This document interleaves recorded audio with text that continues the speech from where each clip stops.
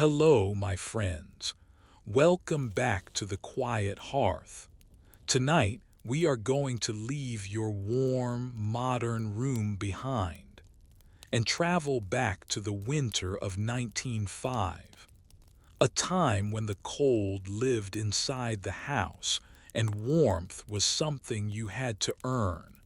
But before we step into the snow, I have a small request. I am always fascinated to know where our community is listening from. Are you in a busy city or a quiet town? And what time is it there? Let me know in the comments below. And if you find peace in these stories, please consider subscribing to the channel. It helps us keep this fire burning and bring you more quiet journeys into the past. But now, put your phone aside. Pull your blanket a little higher. You are safe here. Let's go back to a world of heavy wool, flickering gas lamps, and the deepest winter silence. You are waking up not because of an alarm. There is no alarm, not because of sunlight. The sun hasn't risen yet. You are waking up because the cold has found you. It has crept under the heavy blankets during the night, slowly, patiently, and now it has wrapped itself around your bones, your body, shivering gently beneath the covers, can no longer ignore it. You lie still for a moment, eyes closed, becoming aware of the temperature. It is inside the house. Inside your bedroom. This is not the cold of outdoors. This is the cold that has taken residence in your home, the cold that lives here.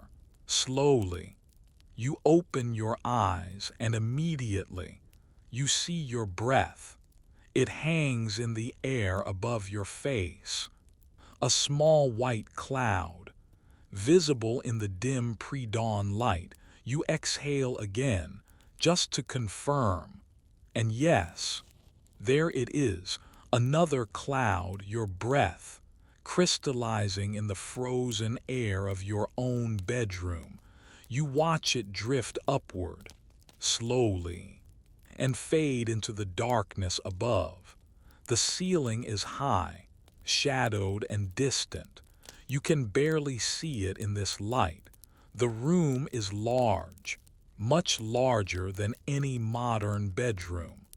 Large rooms are harder to heat, but this is 1905. Rooms are built for space, for grandeur, not for warmth. The corners are lost in shadow, the dark furniture, the wardrobe, the chest of drawers, the washstand, all loom like silent sentinels in the gloom. You turn your head slightly and look toward the window.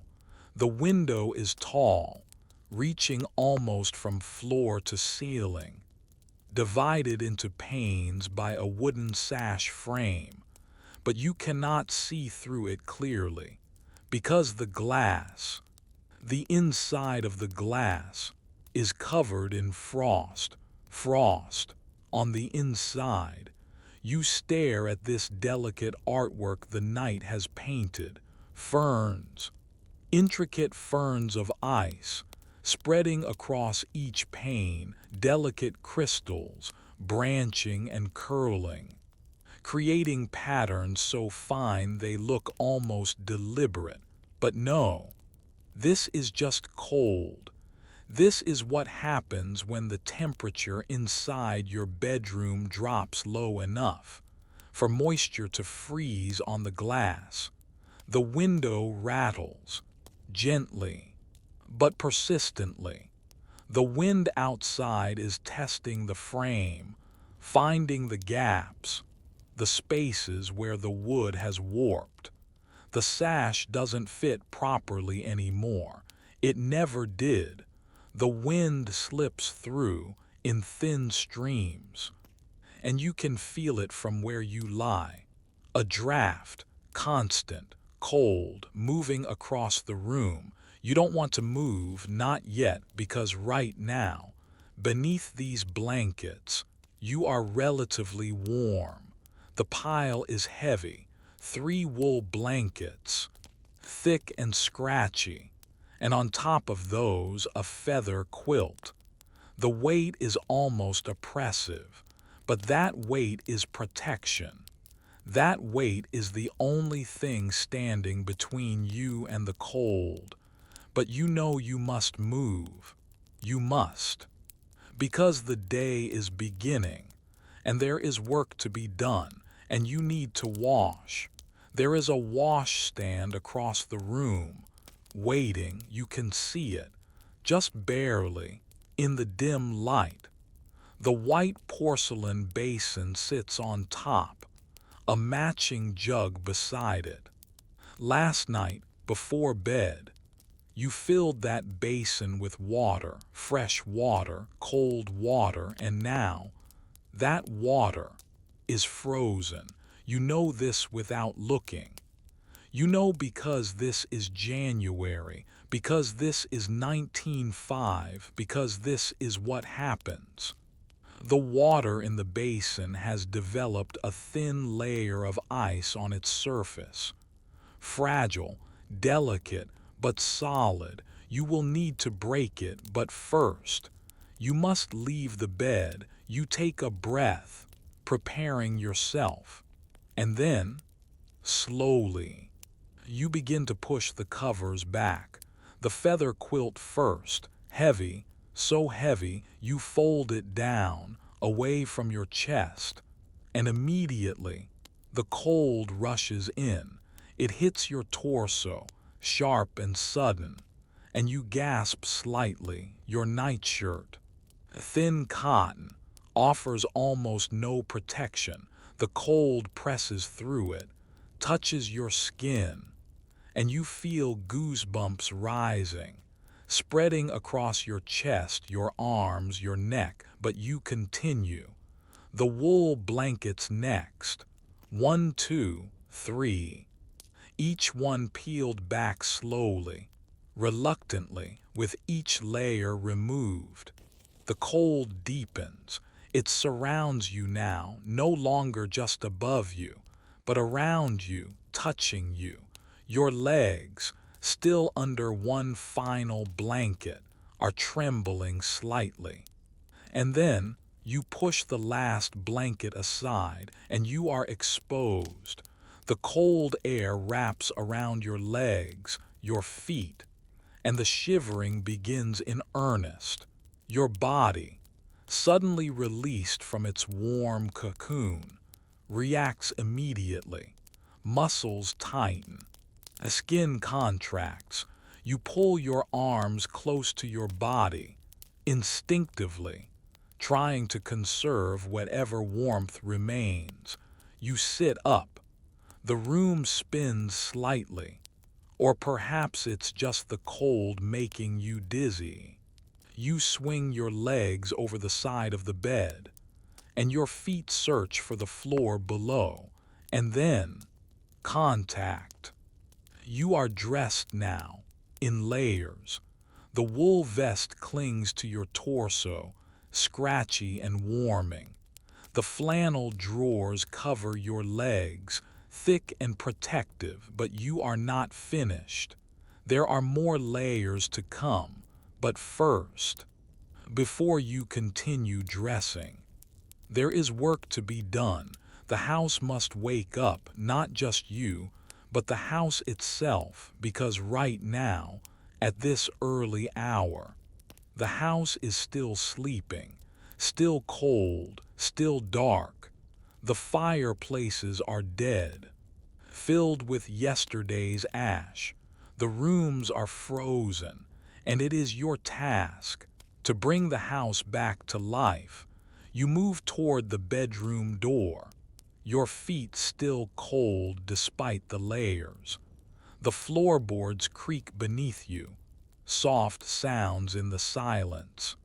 You reach for the door handle, brass, tarnished, and cold to the touch.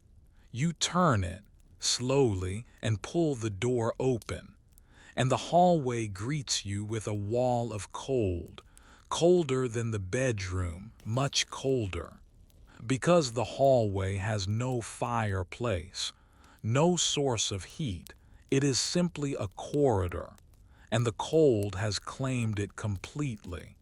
The air here is sharp, biting. You step out into it, and immediately you feel the difference. Your breath becomes more visible, thicker clouds in the frozen air. The hallway stretches ahead, long and narrow, lined with closed doors. Dark wood paneling covers the walls. That window at the far end, like the one in your bedroom, is frosted on the inside. Ferns of ice, delicate patterns.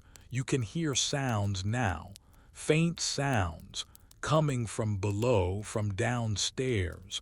Someone is already awake, already working. You move toward the staircase, carefully, your hand trailing along the wall. The banister is smooth, polished, and cold, so cold it almost burns to touch. You descend the stairs, slowly, each step creaks. The house is old, and it speaks. Every footfall produces sound. The wood settling, the floors protesting. At the bottom of the stairs, you pause. You can hear it more clearly now. A sound, rhythmic and metallic, scraping. The sound of metal against metal.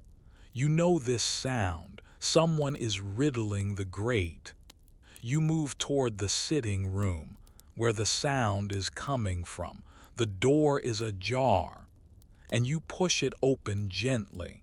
Inside, you see a figure kneeling before the fireplace. The room is still dark, lit only by a single candle on the mantelpiece. The flame flickers, casting long shadows. The figure at the fireplace works steadily, methodically. In their hand is the poker, long and iron. They are using it to shake the grate. The grate is a metal basket, sitting inside the fireplace, designed to hold the coal, but now it holds only ash, gray, powdery, lifeless.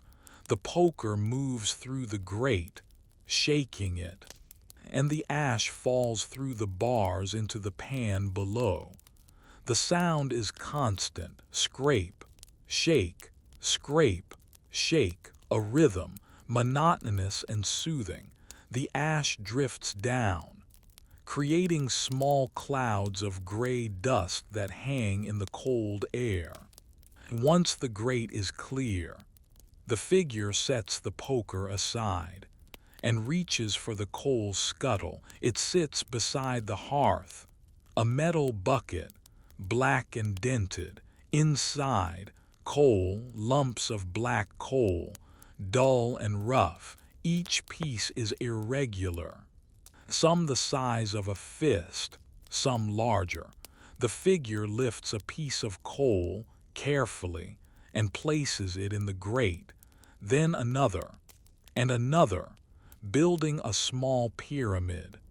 The coal makes soft clunking sounds as each piece is added. Black dust comes off on the fingers, staining them. Once enough coal is in place, the figure reaches for the kindling. Small sticks of wood, dry and pale. These are placed between the lumps of coal, creating spaces for air to flow. Then, scraps of newspaper, twisted into loose spirals. These are tucked into the gaps, ready to catch flame. And now, the match. The figure strikes it against the stone hearth, and there is a soft hiss. The smell of sulfur fills the air immediately. Acrid and unmistakable, the match flares, bright orange in the darkness, and is lowered carefully to the newspaper. The paper catches. Small flames begin to curl around the edges, blackening them, consuming them. The flames grow, spreading to the kindling, and the wood begins to burn. Small crackling sounds, gentle whispers. The fire is tentative at first, but slowly, gradually, it gains confidence.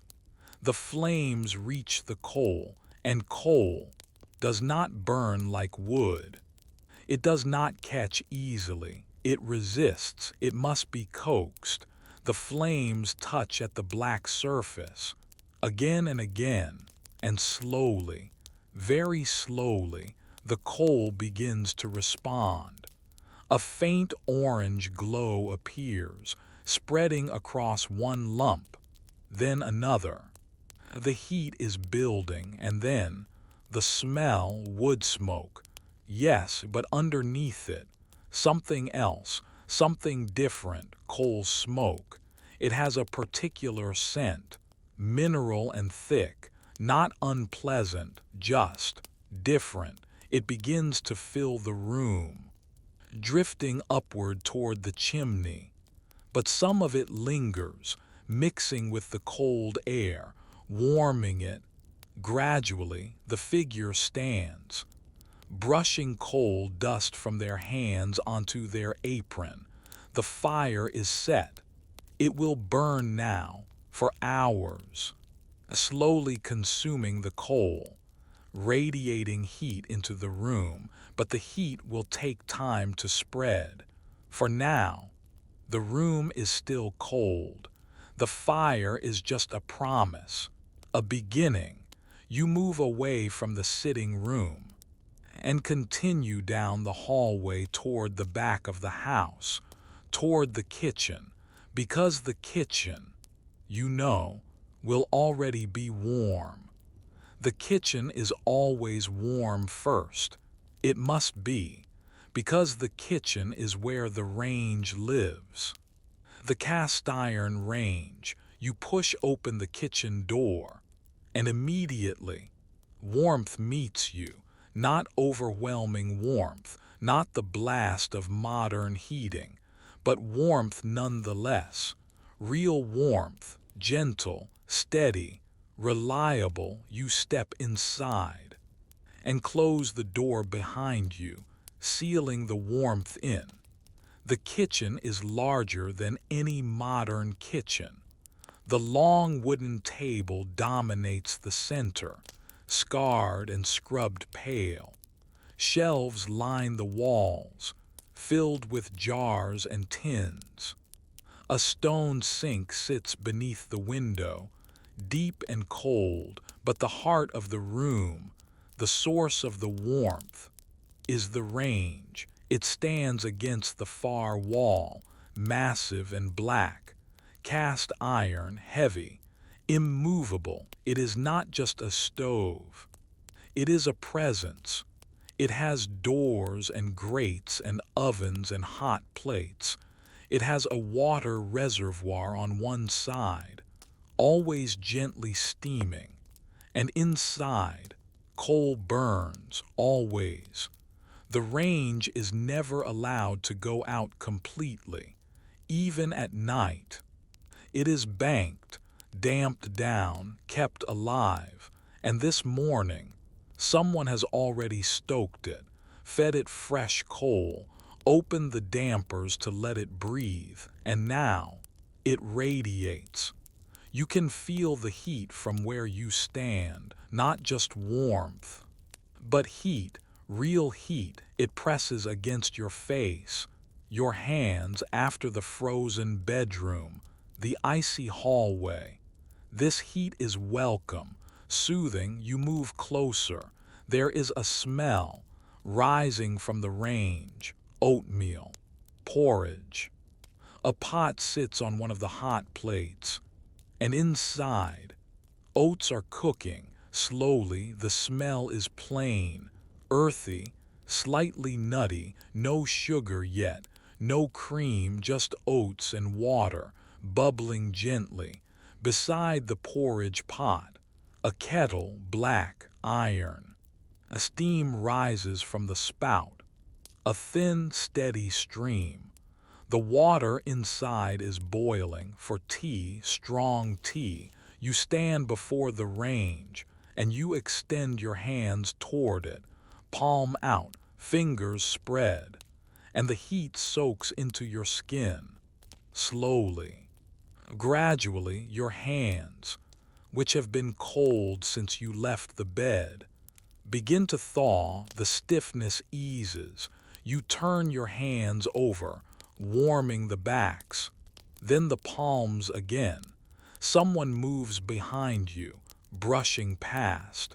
They do not speak. There is no need for conversation at this hour. Everyone knows their tasks. A bowl is placed on the table, a spoon, a cup.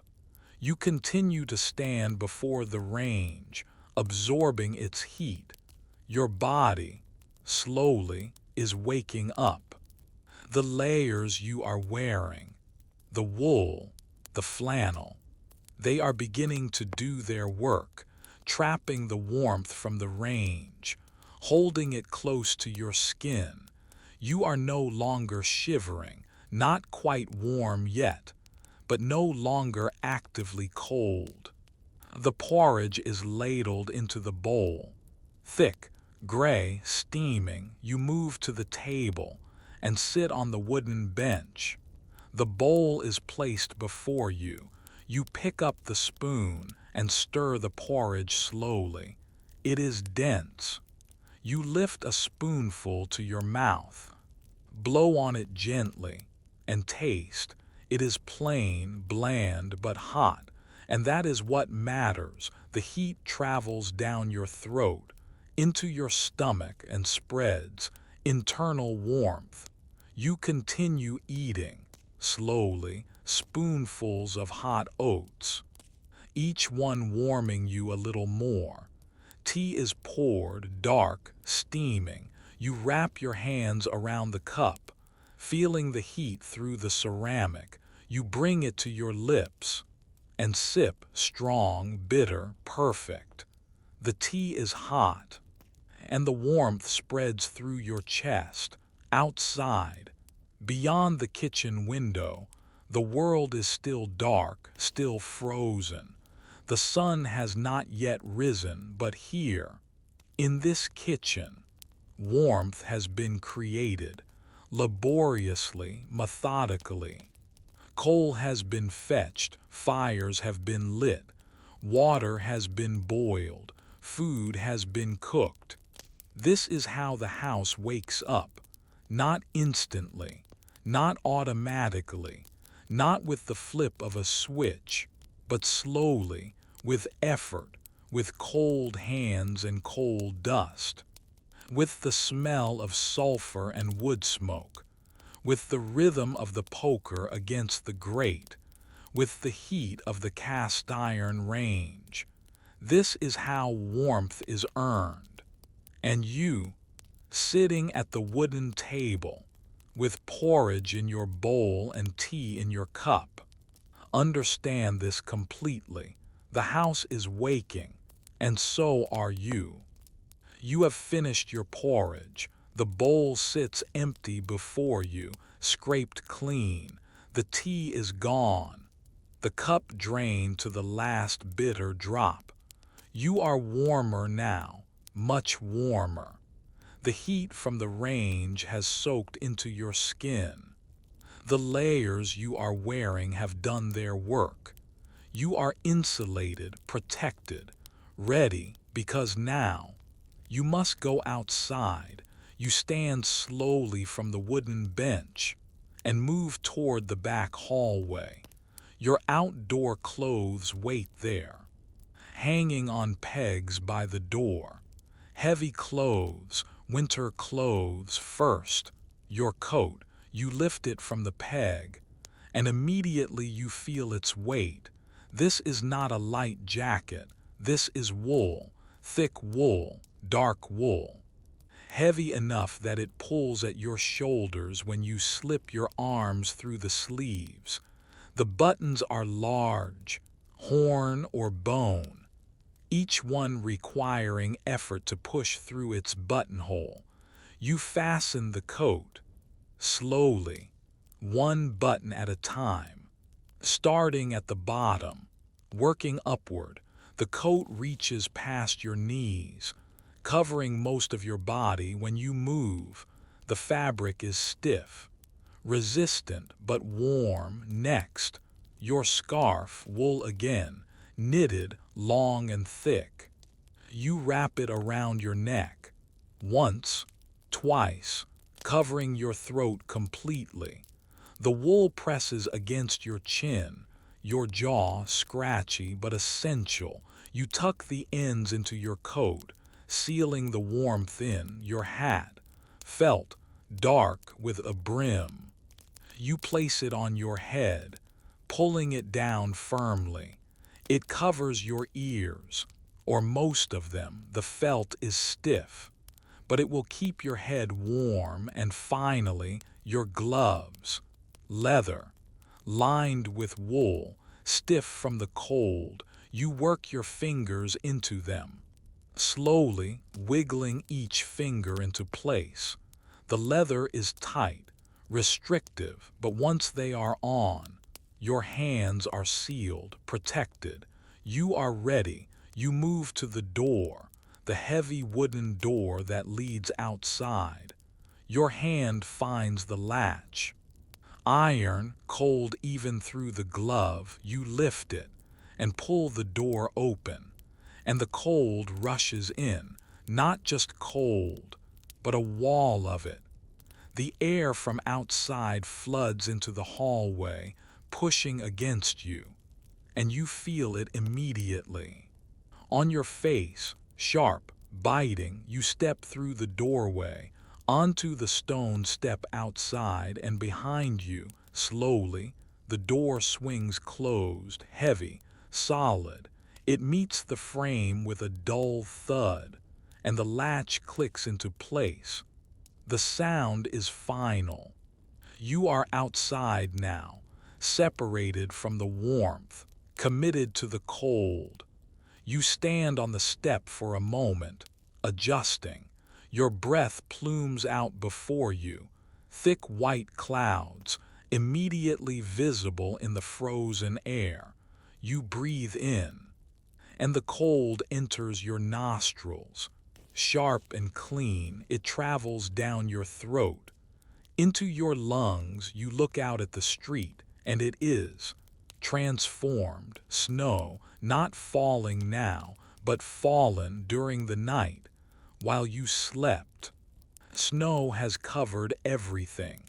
The street is white, the rooftops are white, the railings, the lampposts, the windowsills, all white, smooth, uniform. The world has been softened, reduced to shades of gray and white.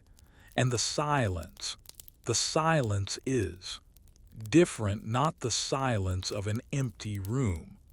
This is the silence that snow creates, a muffled silence, a thick silence, as if the world has been wrapped in cloth.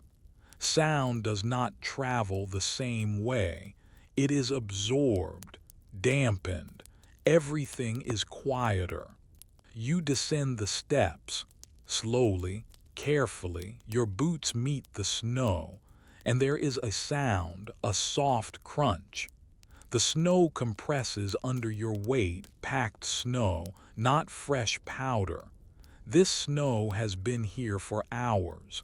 It has settled, become solid. You begin to walk. Each step produces the same sound.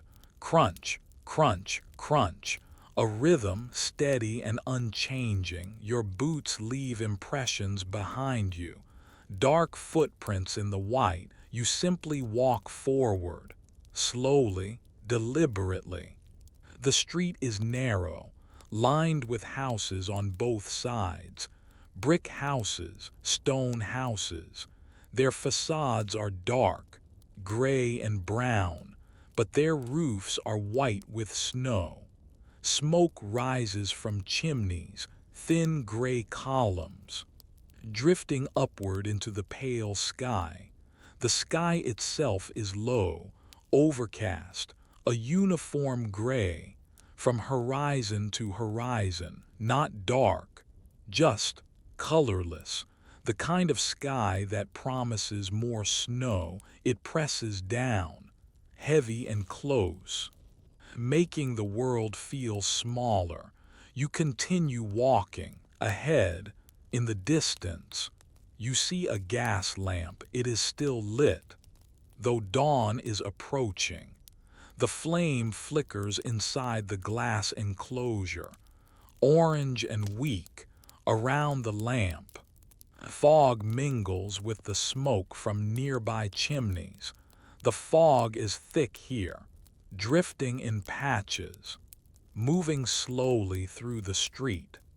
You pass beneath the lamp and glance up. The glass is frosted, covered in a delicate layer of ice. The flame inside seems distant, muted, but it burns steadily. A small point of light in the gray morning. You walk on. The street is not empty. Others are out, moving slowly through the cold, figures wrapped in dark coats, their faces obscured by scarves and hats. They walk with their heads down, their breath visible, their footsteps crunching. No one speaks. No one makes eye contact. Everyone is focused on moving forward. You pass a man on the corner. He is older, his coat threadbare, his scarf thin. He stamps his feet, trying to generate warmth. His breath comes in quick white puffs. He does not look at you. Ahead, you hear a sound different from footsteps, deeper, heavier, the clip-clop of hooves, a horse pulling a cart.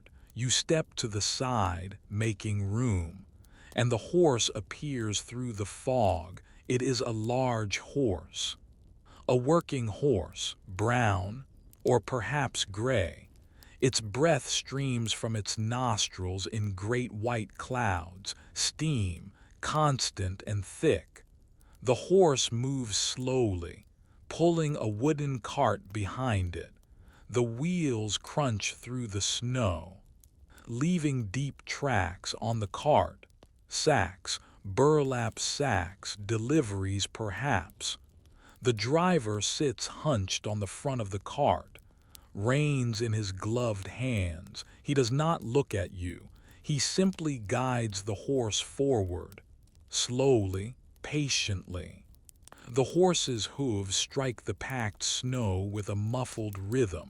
Thud, thud, thud, not sharp, not loud, just steady. You watch them pass, the cart, the horse, the driver. They move down the street and are gradually absorbed by the fog. The sound of the hooves fades, and then silence returns, that thick, muffled silence. You continue walking. Your face is cold now. Your cheeks, your nose, your forehead exposed to the air. The cold has found them and is pressing against them, not painfully, just persistently, but the rest of you, your body beneath the heavy coat, remains warm. The layers are working. You are a small pocket of warmth, moving through the frozen world. Your breath continues to plume before you. Each exhale, a cloud, each inhale, cold and sharp. The rhythm of breathing matches the rhythm of walking. In, step, out, step, automatic, unconscious. You pass more houses, More chimneys, more smoke. Occasionally, a window glows faintly. Candlelight or lamplight. Someone awake inside, but the curtains are drawn. The houses are sealed. Everyone is trying to keep the cold out. The street curves slightly, and ahead you see the village square, or perhaps it is a small park, a patch of open space. Trees stand there, bare branches reaching upward. The branches are coated in snow, making them appear thicker. They do not move. There is no wind, just stillness.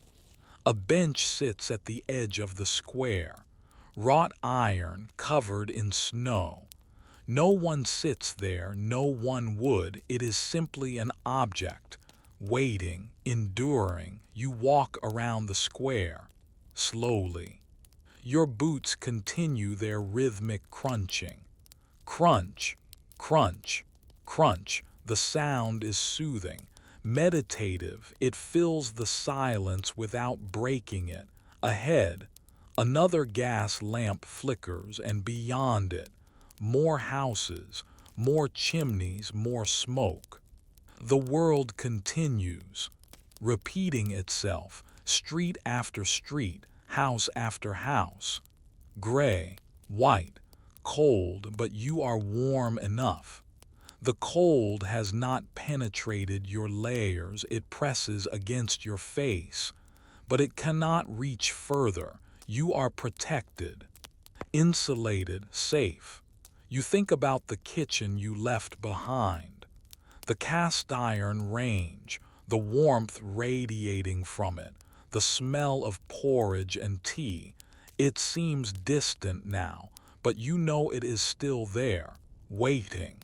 And when you return, when you open that heavy door again, the warmth will greet you.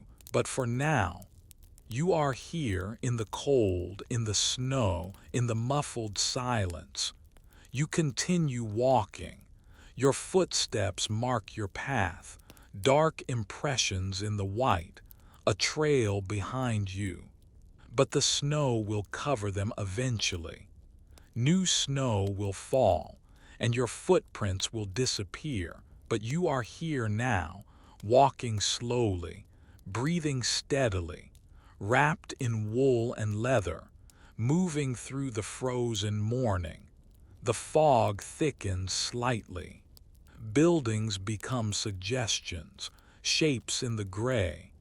You can see perhaps 20 feet ahead, perhaps less, but it does not matter. You know where you are going, or perhaps you are simply walking, moving, existing in this cold, quiet, muffled world. Another figure passes. A woman, her coat is dark. She carries a basket. She does not look at you. Her breath clouds around her head. She passes and is gone. You walk on. The cold continues. The silence continues. The snow remains, and you, wrapped in your heavy coat, your thick scarf, your leather gloves, you continue as well, one step, then another, crunch, crunch, crunch, slow, steady. Calm. This is the frozen street. This is the winter morning. This is 1905. And you are walking through it, slowly, quietly, as the Edwardians did every day, every winter, without complaint, without drama, just walking through the cold, through the snow, through the silence, and the snow, and the fog, and the silence walk with you.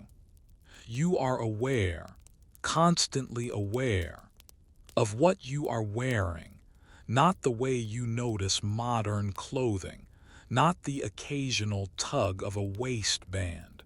No, you are aware of these clothes because they have weight, because they have presence, because they are not simply covering your body. They are encasing it, protecting it, layer upon layer upon layer. This is armor, not metal, not chain mail, but armor nonetheless. Armor made of wool, of flannel, of leather. Each piece carefully selected. Each piece essential to your survival in this cold. You begin with what is closest to your skin, the wool vest. It sits against your torso, directly against your skin, and you can feel it with every breath. The texture is rough, scratchy. The fibers are thick. This is not soft merino. This is working wool, practical wool. The kind that holds warmth but offers no comfort. It irritates, it itches, but you do not remove it. Because beneath that irritation, you are warm. The wool traps heat, your body heat. It holds that heat close, refusing to let it escape. And in return, you tolerate the scratch, the itch, the constant reminder that it is there. Over the vest, the flannel shirt, thick flannel, heavy flannel, the fabric is soft, softer than the wool beneath it, but still substantial. It has weight. You can feel it against your arms as you move, against your back, against your chest. The flannel is a buffer, a layer between the scratchy wool and the outer world, but it also adds bulk, adds warmth, adds protection. The shirt buttons up the front, small buttons, dozens of them, each one secured. The collar sits high around your neck, stiff and proper. It presses against your throat gently, always present, over the flannel. The waistcoat, wool again, but a different kind of wool, thicker, denser. This wool has been woven tight. The fabric is almost stiff. It does not drape, it holds its shape. And when you wear it, buttoned up the front, it holds your shape too. It compresses you slightly, gives you structure. The waistcoat has pockets, small pockets. The weight of the fabric, even empty, is noticeable. You feel it on your shoulders, on your torso. Another layer. Another shield against the cold over the waistcoat. The jacket, tweed, heavy tweed, rough tweed. The fabric is thick enough that you can feel the individual threads. The texture is coarse, uneven. The colors are dark, browns, grays, greens so dark they are almost black. The jacket is lined, cotton lining. And between the outer tweed and the inner lining, there is insulation. The jacket hangs heavy on your shoulders. The weight pulls at you, not uncomfortably, just noticeably. The sleeves are long, they cover your wrists completely. They button at the cuffs, holding the fabric close. The collar stands up slightly, enough to protect the back of your neck, to prevent drafts from sneaking in. And over all of this, the overcoat, the heaviest layer, the final layer, the layer that faces the world. This coat is substantial, wool, thick wool, so thick that when you pinch the fabric between your fingers, it barely compresses. The coat is long, it reaches past your knees, almost to your shins when you walk. It swings slightly, heavy, moving with its own momentum. The coat has a collar, a large collar, wide and tall when turned up. It covers your ears, your neck, your jaw. It creates a wall between you and the wind. The wool is scratchy against your skin, but you do not turn it down because it works, it protects. The coat buttons all the way up, large buttons, bone buttons or horn, each one thick. You fasten them slowly, one at a time, starting at the bottom, working upward, each button pushed through its hole, sealed, secured. When all the buttons are fastened, you are enclosed, encased, cocooned. The coat hugs your body firmly. You cannot move as freely as you could without it. Your arms are restricted slightly, but this restriction is comforting, a constant reminder that you are protected. Now, your legs beneath your outer trousers. You wear flannel drawers, long underwear. They cover you from waist to ankle. The fabric is soft, warm. It clings gently to your skin. You can feel it with every step. The flannel brushes against your legs, a soft whisper over the flannel, your trousers, wool, of course wool, thick wool. The fabric is heavy, stiff. The trousers do not bend easily. They resist, but they also retain their shape. They do not wrinkle, they simply are. The trousers are high-waisted. They sit well above your natural waist, held up by suspenders. The straps go over your shoulders, adding to the layers there, adding to the weight.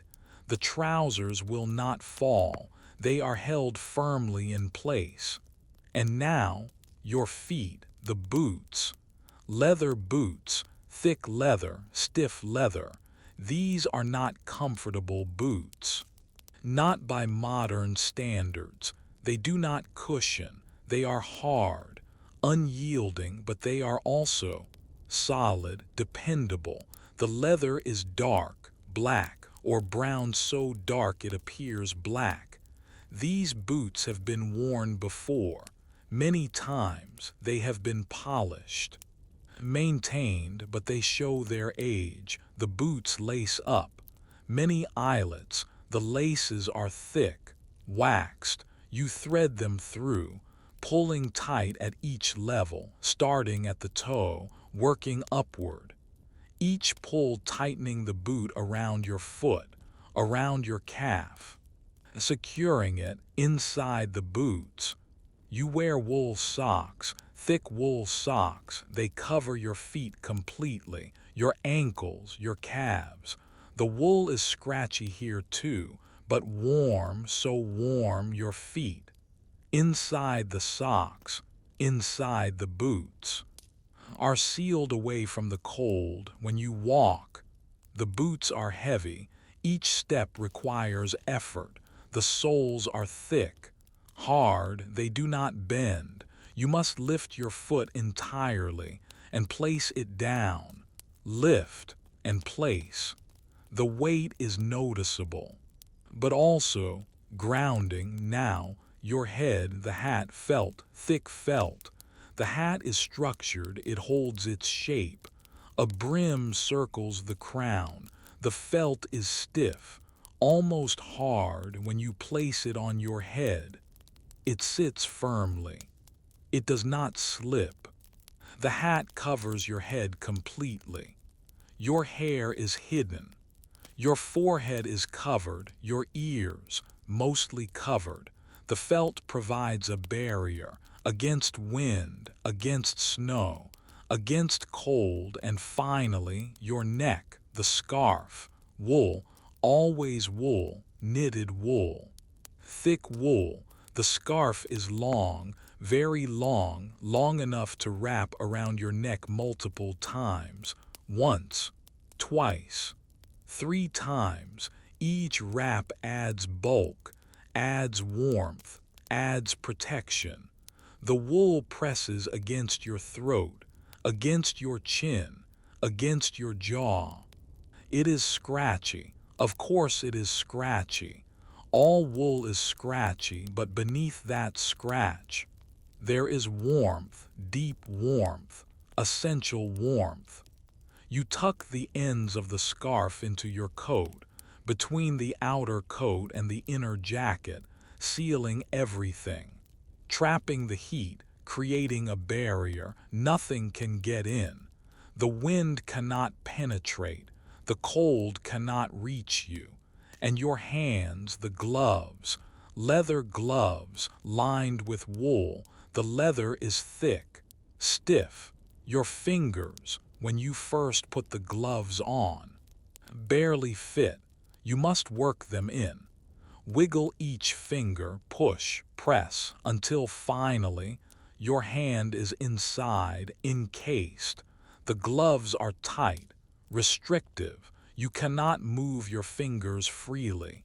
Every movement is hindered, slowed, but your hands are warm, protected.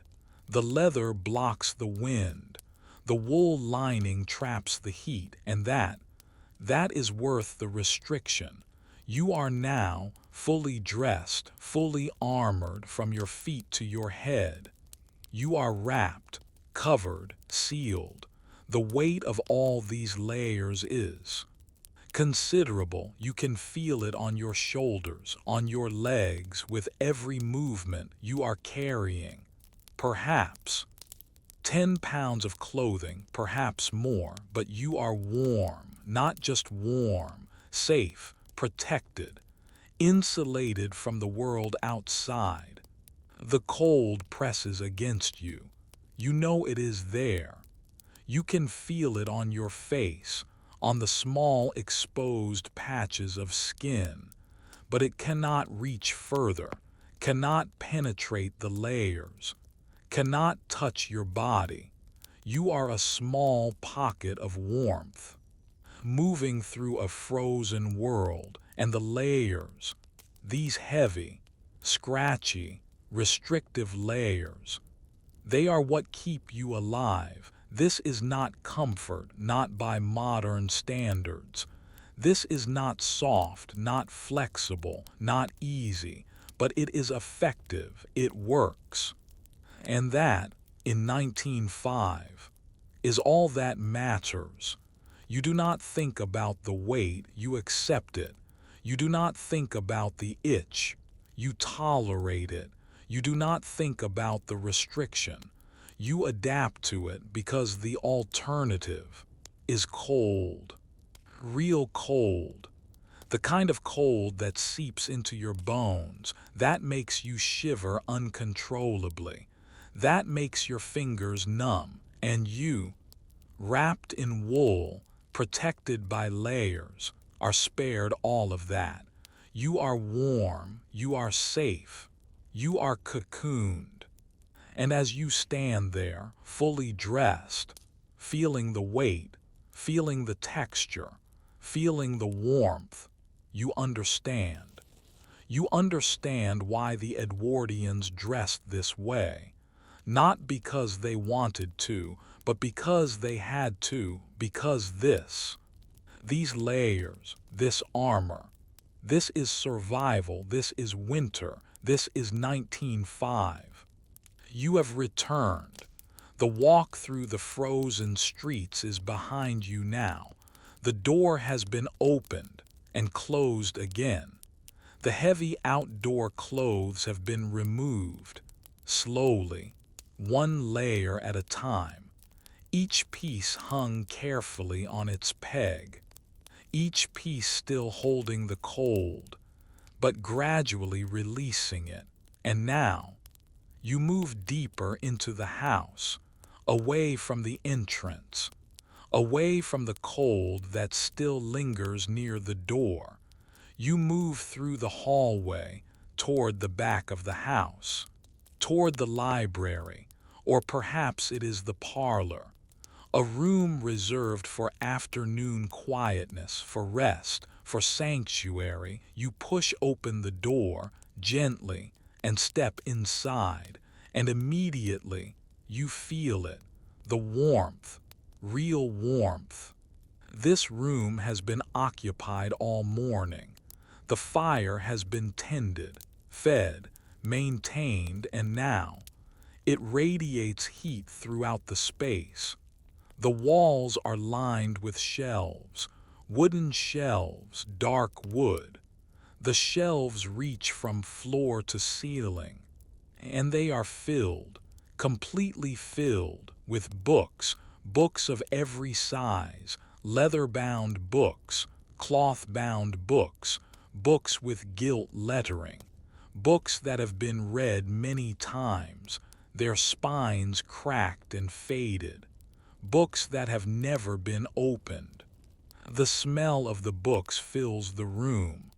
Old paper, aged paper, that particular scent that only old books possess, slightly musty, slightly sweet, mixed with the smell of leather, the leather bindings, the leather chair. It is a smell that speaks of time, of permanence. You move further into the room, and your eyes are drawn to the fireplace. It dominates the far wall, stone. The mantelpiece is wooden, dark wood, polished. On the mantelpiece, objects are arranged. A clock, brass, ticking.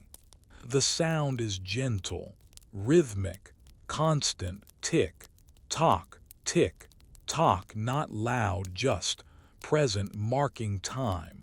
But it is the fire itself that draws your attention. The fire is alive, fully alive. Flames dance in the grate. Orange and yellow and red, they curl around the logs, consuming them slowly. The logs are thick, substantial. They will burn for hours. The heat radiating from the fire is intense. You can feel it from where you stand. It presses against your face. Your hands, warm, so warm, you move closer. There is a chair near the fire, a wing chair, upholstered in leather, dark leather, cracked slightly with age. The seat is deep. The back is high. Wings extend on either side, creating a sense of enclosure. You lower yourself into the chair, slowly, and the leather creaks gently beneath your weight. The sound is familiar, comforting. You settle back, and the chair seems to embrace you. The wings shield you from drafts. You are cradled, protected. In front of you, a large window, tall, wide, through the glass. You can see outside, the street, the snow, the gray afternoon light, and as you watch, snow begins to fall again, not heavily, just snow. Gentle snow. Small flakes drifting down from the gray sky. They fall slowly, lazily. Some catch on the windowsill, some drift past, some swirl, dancing in the air before settling. You watch the snow fall, and you are aware, deeply aware, of the contrast outside. Cold wind, freezing air. Inside, warmth, fire, safety, shelter. You are separated from that cold world by mere inches, the glass, the walls, but those inches make all the difference.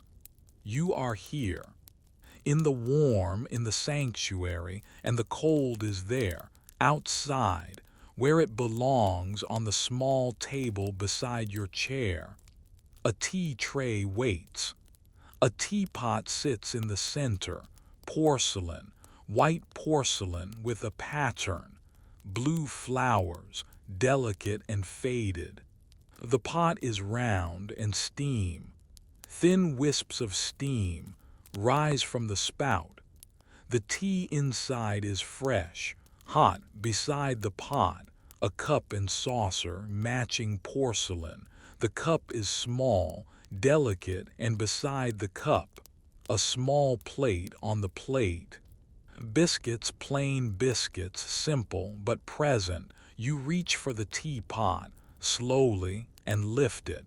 It is warm in your hand. You pour, and the tea flows from the spout, dark and steaming.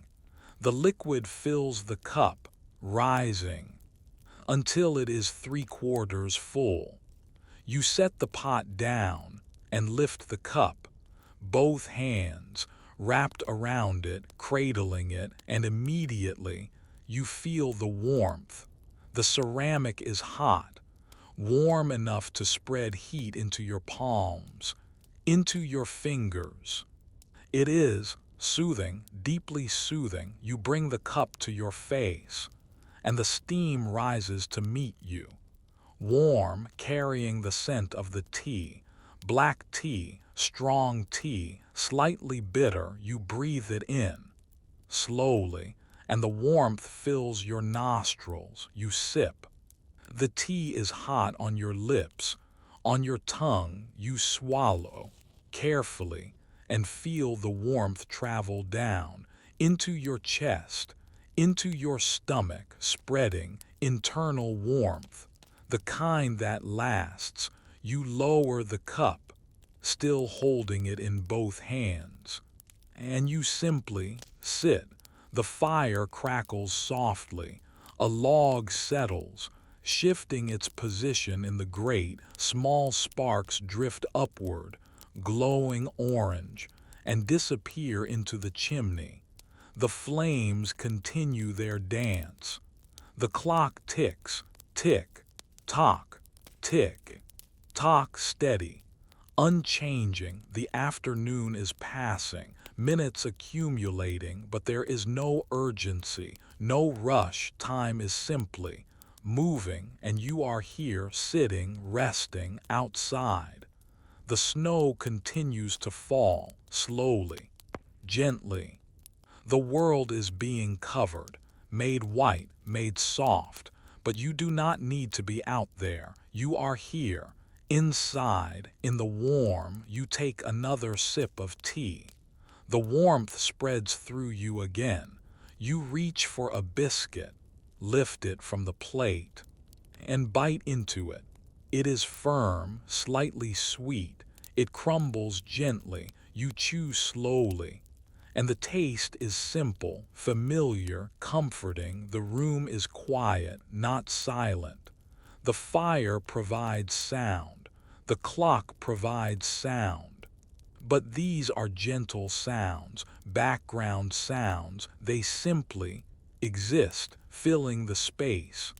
And underneath these sounds, another scent, faint, barely noticeable. Tobacco, pipe tobacco, old smoke, absorbed into the leather of the chair, into the walls of the room. The smell lingers, sweet, woody. You sink deeper into the chair. Your body relaxes completely. The warmth from the fire, the warmth from the tea, the softness of the leather, all combining, creating comfort, creating sanctuary. Your eyes drift to the books on the shelves. So many books, waiting, patient. You could reach for one, could read, but you do not yet. For now, sitting is enough. Watching the fire is enough. Holding the warm cup is enough. The snow falls, the fire burns, the clock ticks, the tea steams, and you are warm, you are safe, you are at rest. This is the afternoon. This is the sanctuary. This is the moment between the cold morning and the cold evening. The moment of reprieve, the moment of peace. Outside, winter continues. Inside, warmth prevails. And here, in this chair, by this fire, with this tea, you need nothing else, nothing at all. Just this, just warmth, just quiet, just rest. The afternoon stretches on, the fire continues, the snow continues, and you, wrapped in warmth, wrapped in comfort, continue to sit, watching, sipping, resting, safe in your sanctuary, safe from the cold, safe, completely safe, in the embrace of the afternoon. The afternoon has faded, slowly, imperceptibly. The gray light outside has dimmed. The snow continues to fall, but you can barely see it now. The world beyond the glass is losing its definition, becoming shadow. It is time. Time to prepare the house for night. Time to seal it, to secure it. You rise from the leather chair, slowly, reluctantly. But there is work to be done. Ritual work, necessary work. You move to the window first. The curtains hang on either side.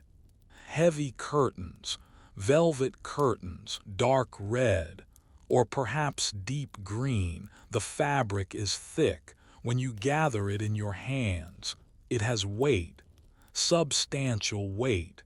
You grasp the edge of one curtain and begin to pull it across the window. The curtain moves along its rod, metal rings sliding on metal, making a soft, continuous sound, a whisper. The curtain reaches the center, and now, the other side, you pull the second curtain, and it meets the first. The two edges overlap.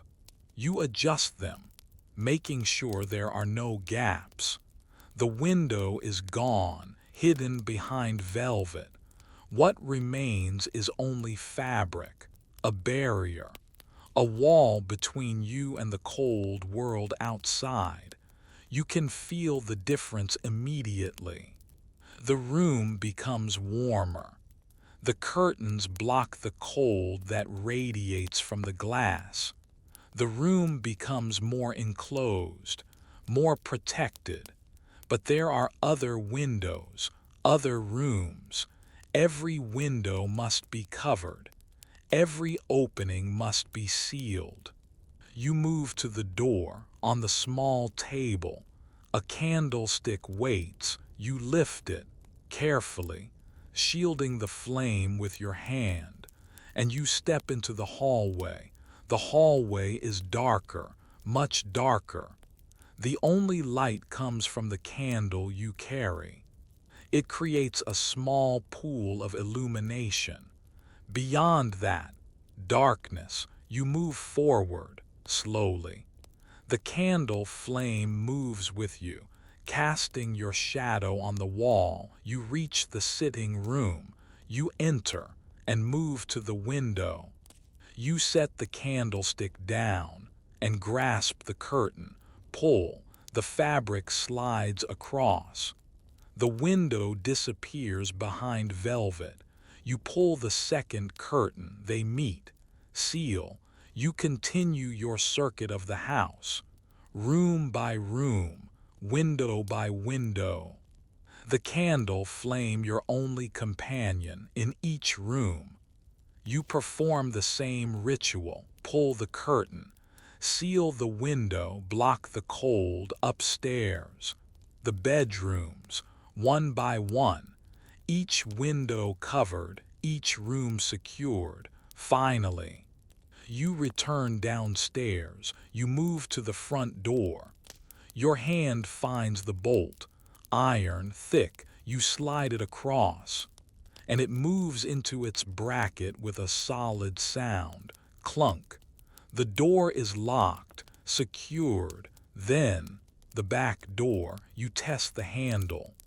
Locked already, but you check the bolt anyway. Slide it across. Clunk. Secure. The house is sealed now, completely sealed. Every window covered, every door locked. The house has become what it needs to be, a fortress, a sanctuary, a warm island in a frozen sea. The hour is late now, very late. The fire in the library has burned low. It is time to go upstairs, time to go to bed. You take the candle and move toward the stairs. You begin to climb. One step, then another. The stairs creak softly at the top of the stairs. The temperature drops, noticeably. The upstairs is colder, much colder. You move down the hallway toward your bedroom. You reach the door, push it open. Step inside. And the cold is profound. Your breath is visible again.